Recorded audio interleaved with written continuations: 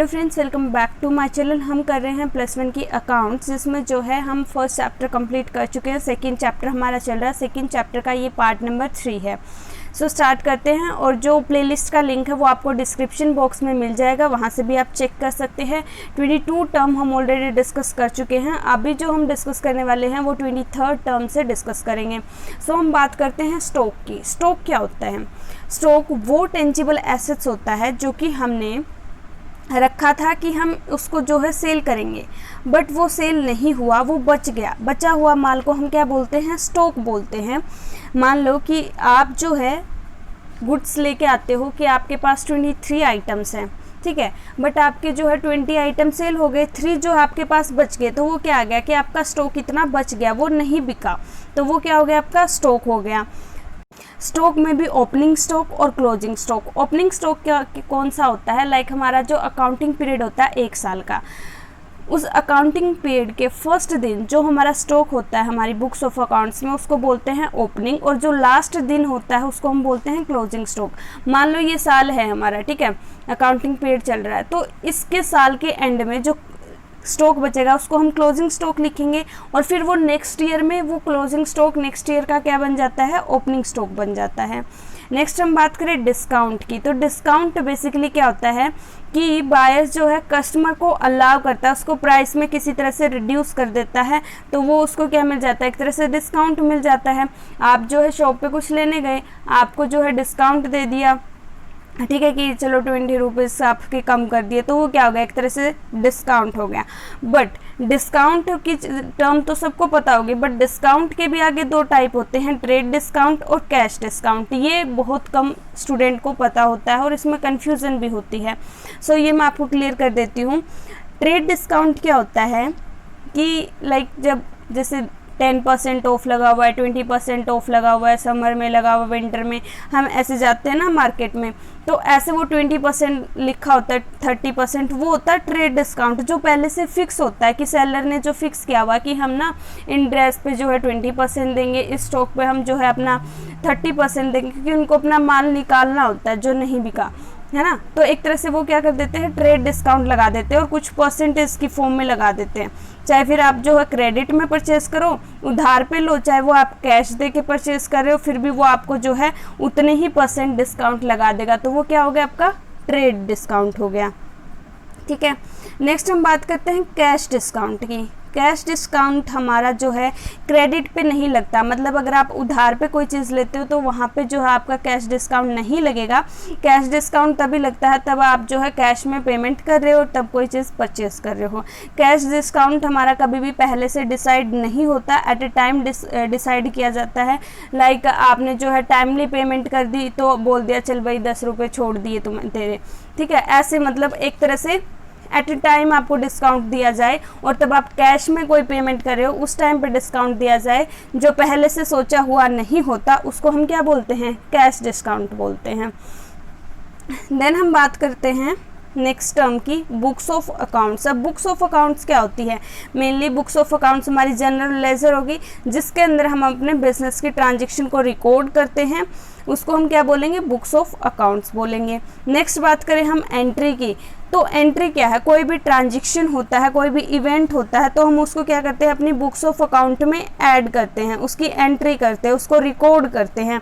तब उस चीज़ को हम रिकॉर्ड करते हैं तो हम उसको बोलेंगे कि हमने ये एंट्री की है। जनरल में हम क्या करते हैं? एंट्री करते हैं। लेजर में हम पोस्ट करते हैं फिर, ठीक है, जनरल से। देन हम बात करें हैं डेबिट और क्रेडिट की। ये आपकी बुक में अलग अलग टर्म्स दी होगी, एक डेबिट करके एक क्रेडिट करके, दोनों इंटररिलेटेड है, सो मैंने एक ही टर्म में इन दोनों को डाल दिया। अब जैसे हमारा अकाउंट होता है, आपने अकाउंट की टर्म पहले पढ़ी होगी, ये हो गया हमारा कोई भी अकाउंट, तो इसकी 2 साइड होती है, एक होती है डेबिट, एक होती है क्रेडिट। जो डेबिट साइड होती है उसको DR डॉट करके मेंशन करते हैं, और जो हमारी क्रेडिट साइड होती है उसको CR करके एंड देन डॉट, ठीक है। सो ऐसे हम अपना अकाउंट बनाते हैं। ऊपर फिर जिस भी चीज़ का अकाउंट होगा यहाँ पे नाम लिख देंगे, बैंक अकाउंट है, सीमा का अकाउंट है, ठीक है, राम का अकाउंट है, कुछ भी जिस भी चीज़ का हमने वो अकाउंट बनाया है, ऊपर अकाउंट लिख देंगे, परचेजेस है, सेल्स का अकाउंट हमने बनाया है, इस साइड हमने डेबिट लिख दी, इस साइड हमने क्रेडिट साइड लिख दी। तो हर अकाउंट की दो साइड होती हैं, debit and credit. Debit side को हम लेफ्ट साइड लिखते हैं और क्रेडिट को हम जो है राइट साइड लिखते हैं। देन हम बात करें प्रोप्राइटर की। प्रोप्राइटर कौन होता है? जो इन्वेस्टमेंट करता है बिजनेस में, कोई भी पर्सन जो उसके अंदर, यानी ओनर्स। ओनर कौन होता है? जो अपने बिजनेस में पैसा लगाता है। अगर उसने पैसा लगाया, अब मान लो कि आपने जो है आपने कोई बिजनेस स्टार्ट किया है, कोई भी इन्वेस्टमेंट की है, उस इन्वेस्टमेंट से रिलेटेड जितने भी रिस्क होंगे, आपको लॉसेस भी हो सकते हैं, प्रॉफिट भी हो सकते हैं, वो सारे कौन बियर करेगा? आप खुद ही तो करोगे। अब पैसा आपने लगाया, आपका बिजनेस, आपको लॉसेस हो गया, आप बोलो कि आप जो है इसको मेरे को बोल दो कि आप जो है ये लॉसेस आप बियर कर लो। मैं थोड़ी करूँगी, मैं बोलूँगी भाई तुम्हारा बिजनेस, तुम्हारा पैसा, चाहे लॉसेस हो चाहे प्रॉफिट हो, वो सब क्या है, आपको ही जो है बियर करना पड़ेगा। ठीक है, तो ये क्या हो गया हमारा प्रोप्राइटर, जो एक तरह से इन्वेस्टमेंट करता है और उससे रिलेटेड फिर जो भी रिस्क उससे कनेक्ट होते हैं, जो भी प्रॉफिट लॉसेस, सब कुछ उसको बियर करना पड़ता है। देन हम बात करें डेप्रिसिएशन की। डेप्रिसिएशन क्या है? कि एसेट्स की वैल्यू में डिक्रीज होना, कम होना। टाइम के साथ एसेट की वैल्यू क्या हो जाती है? कम हो जाती है। अगर हम बात करें, इसके अंदर एक एक्सेप्शन भी आती है लैंड को छोड़ के। लैंड हमारी क्या होती है? एक फिक्स्ड एसेट्स है। बट देखो आप, ज़मीन की वैल्यू तो बढ़ती ही है टाइम के साथ, बट जो बाकी की अगर हम एसेट की बात करें, चाहे आपने मशीनरी परचेज़ की है, मान लो आपने आज एक्टिवा खरीदी है और कल आप अगर आकर मुझे बेचते हो वो एक्टिवा, तो जितने की आपने परचेज़ की है उससे तो कम की लूँगी ना मैं। क्यों? क्योंकि टाइम के साथ वैल्यू कम हो जाती है। अगर उतने की ही मैं आपसे ले लूँगी, इससे बढ़िया फिर मैं मार्केट से न्यू ना ले लूँ, तब वो चीज़ें पुरानी हो जाती है। जैसे जैसे चीज़ पुरानी होती है, जैसे जैसे हम उसका यूज़ करते हैं, कुछ ना कुछ टूट फूट भी जाती है, तो एक तरह से उसकी वैल्यू भी कम होती जाती है। और इसीलिए हम अपने फिक्स्ड एसेट्स पे डेप्रिसिएशन लगाते हैं, लैंड पे नहीं लगाते। बाकी जो भी हमारी मशीनरी वगैरह होती है उस पर हम क्या लगाते हैं? डेप्रिसिएशन लगाते हैं, क्योंकि टाइम के साथ साथ जो है वो उनकी जो काम करने की कैपेसिटी है वो कम हो जाती है, एक तरह से उतने अच्छे से काम नहीं कर पाती, कहीं से टूट फूट जाती है, किसी भी तरह से उसमें कुछ ना कुछ कमियां आने लग जाती है, उसकी वैल्यू कम हो जाती है। तो वो क्या होगी? हमारी डेप्रिसिएशन होगी, कि हमारी जिससे हमारे एसेट की वैल्यू में क्या आए, जिससे हमारे एसेट्स की वैल्यू डिक्रीज हो टाइम के साथ। देन हम नेक्स्ट टर्म की बात करते हैं, बैड डेट्स। बैड डेट्स क्या होते हैं? आप देखो लास्ट वीडियो में हमने डेटर्स पढ़े थे। डेटर्स कौन होते हैं? जिनसे पैसा हमें लेना होता है, जिनको हमने उधार पे कुछ बेचा होता है। अब वो डेटर्स आपको पैसा देना वापस नहीं आया, उन्होंने बोला था कि ठीक है मैं आपकी पेमेंट जो है अगले महीने कर दूंगा, बट वो जो है अगले महीने पेमेंट करने ही नहीं आता, उसकी डेथ हो जाती है, या फिर ऐसा कुछ भी सिचुएशन ऐसी हो जाती है कि वो जो है डेटर्स आपके पैसे लेकर भाग जाता है, या फिर कोई और वजह से जो है वो आपकी पेमेंट नहीं करता।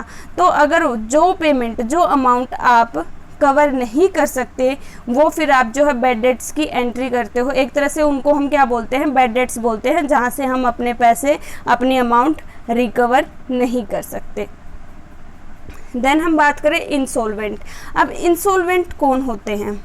वो पर्सन, ये जो है एंटरप्राइज भी हो सकती है, कोई पर्सन इंडिविजुअल भी हो सकता है, जो अपनी इस पोजीशन में ना हो कि वो जो है अपनी पेमेंट कर सके। अब मान लो मैंने आपसे उधार लिया था, बट अब मेरे पास कुछ है ही नहीं देने को, वापस मैं कहाँ से दूंगी? तो मैं क्या होगी? इंसॉल्वेंट होगी, क्योंकि मेरे पास जो है मैं इस पोजीशन में नहीं हूँ कि आपकी पेमेंट कर सकूँ, राइट। फिर अगर हम बात करें सोल्वेंट की, तो सोल्वेंट कौन होता है? अगर मेरे पास पैसे हैं पेमेंट करने के लिए, तो मैं क्या होगी? मैं सोल्वेंट होगी। अगर नहीं कर सकती मैं पेमेंट, तो क्या होगी? मैं इंसॉल्वेंट होगी। कई बार क्या होता है कि खुद बिजनेस भी जो है डिक्लेयर कर देती है कि ये बंदा इंसॉल्वेंट हो गया, और कई बार ऐसा केस भी हो जाता है कि कोर्ट भी डिसाइड करती है कि वो इंसॉल्वेंट है कि नहीं है। इवन एंटरप्राइज भी जो है इंसॉल्वेंट हो सकती है। नेक्स्ट टर्म की अगर हम बात करें, that is book value. Book value क्या होती है? अब देखो, जो हमारे एसेट्स हैं, लाइक मशीनरी है, उनकी वैल्यू हम अपनी बुक्स ऑफ अकाउंट्स में एंटर करते हैं, जितने की हमने परचेज़ की। टाइम के साथ साथ हम उन पर डेप्रिसिएशन भी लगाते हैं, 10% लगा दी, 20%, उनकी वैल्यू डिक्रीज़ होती चल जाती है। या फिर मान लो आज मैंने कोई चीज़ परचेज़ की थी 50,000 की, तो मैंने एंट्री करी अपनी बुक ऑफ अकाउंट्स में 50,000 की, बट अगले साल क्या उसकी वैल्यू 50,000 ही रहेगी? टाइम के साथ वैल्यू क्या हो जाती है? चेंज हो जाती है। बट मेरी बुक्स ऑफ अकाउंट्स में वो क्या वैल्यू लिखी है, जो वैल्यू हमारी बुक्स ऑफ अकाउंट्स में लिखी है उसको हम बोलते हैं बुक वैल्यू। और उस एसेट की जो वैल्यू मार्केट में चल रही होती है उसको हम बोलते हैं मार्केट वैल्यू। एक तरह से बुक वैल्यू होती है और एक हमारी होती है मार्केट वैल्यू। मार्केट वैल्यू जो मार्केट के अंदर एट प्रेजेंट है, और बुक वैल्यू जो हमारी बुक्स ऑफ अकाउंट्स में हमने लिखी हुई है।